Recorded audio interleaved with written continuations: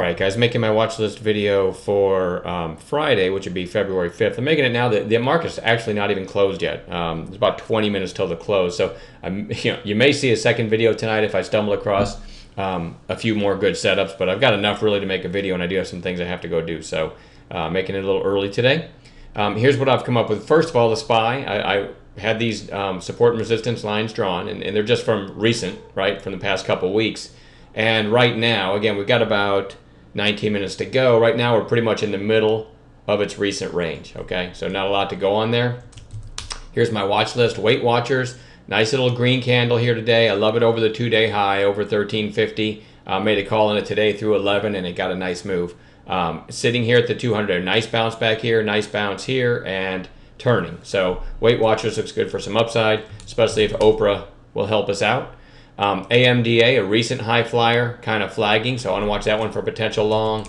SGOC, this one's a little weird, but it's had a couple really big moves, even though they've been thwarted by the end of the day, all the way up through 6. You can just tell it's a low float stock by looking at it, and then up to 450, closed at its lows, and today gaps down and sells off some more. But this is a name that if it trades for a little while and then breaks its early high, you might get a nice pop.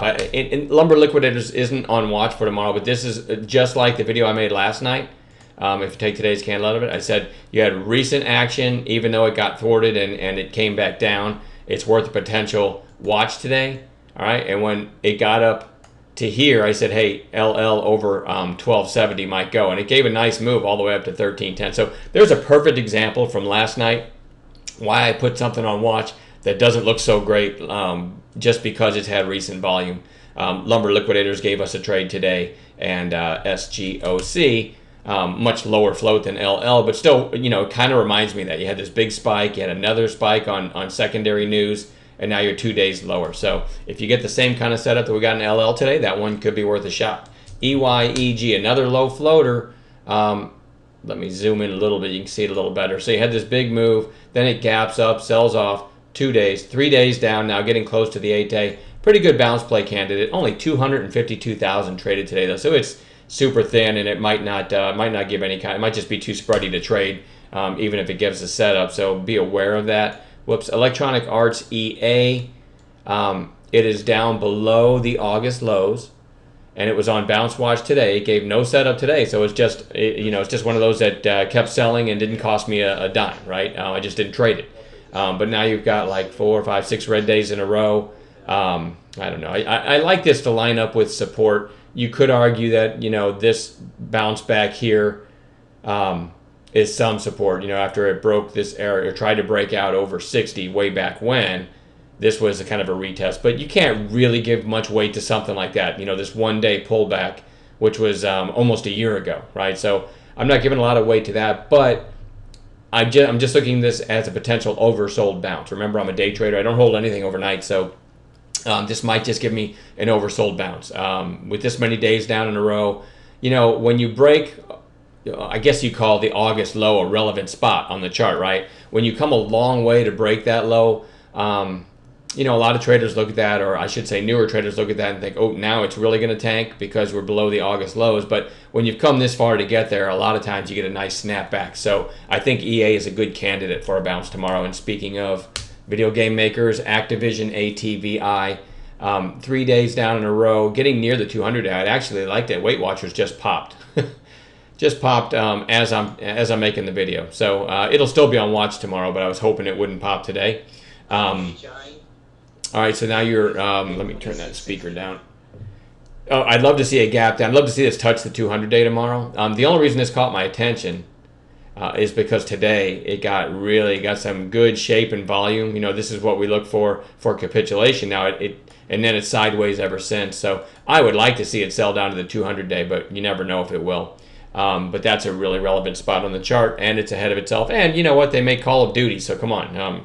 I don't know anybody under 30 that doesn't play Call of Duty, right? Or hasn't. VHC. Oh, the news was like a massive settlement from Apple or something like that. And it did a lot of selling today. This has potential to be a bounce play tomorrow. And it's not a typical bounce play that's beaten up today, unless you bought it after, unless you bought it up here, then it is beaten up. But it's certainly way above where any recent trading. But on an intraday basis, it sold off. So that's why I still call this a bounce play, looking for a move back up tomorrow, only with a proper intraday setup. WATT. Worth a look. It had a nice pop today. I mentioned the volume when it got to 6, and it ran in the chat room. I didn't make an official call on it, and it ran to 654. Gave back a lot of that, though, so who knows. But I think it's worth watching. If you get a narrow range upside break, you might have a trade there. And then lastly, TMST. And again, I might make another video if I find some more setups when I get back home later and have a chance to look at more charts. But this is really enough to watch for a day when you consider we're going to add gappers as well. TMST tried to break to the upside today. As I mentioned in my other video, I made a video recapping. If you haven't seen it, it'll be in the email too. I made a video recapping some of the trade ideas from today so you can get a feel for what we look for on an intraday basis. I'm going to try to do that more often because I get a lot of requests for that. Hey, you put out these videos. How do we know if and when you're trading or calling them at all? So that's what I'm trying to do with those other videos. And that kind of explains why I didn't catch TMST. I said in the video yesterday, I think I said I liked it over today's high over 786 or maybe over 8. Can't remember what I said. But what happened was in the opening 5 minutes, I'm playing gappers. I'm watching gappers. And this thing just took off right out of the gate. I didn't even see it. By the time I saw it, it looked like this, and then I couldn't chase it. And it just kept going. But gave back a lot of it on an intraday basis. So back through 8 maybe tomorrow. I don't know. I'll have to see how the trade, see how the market opens. We don't know if we're going to get a gap up or down in the market as well. So I'll tell you what, I'm going to leave it at that. Hopefully we'll find some gappers in the morning as well. And we'll talk to you tomorrow. Have a good night.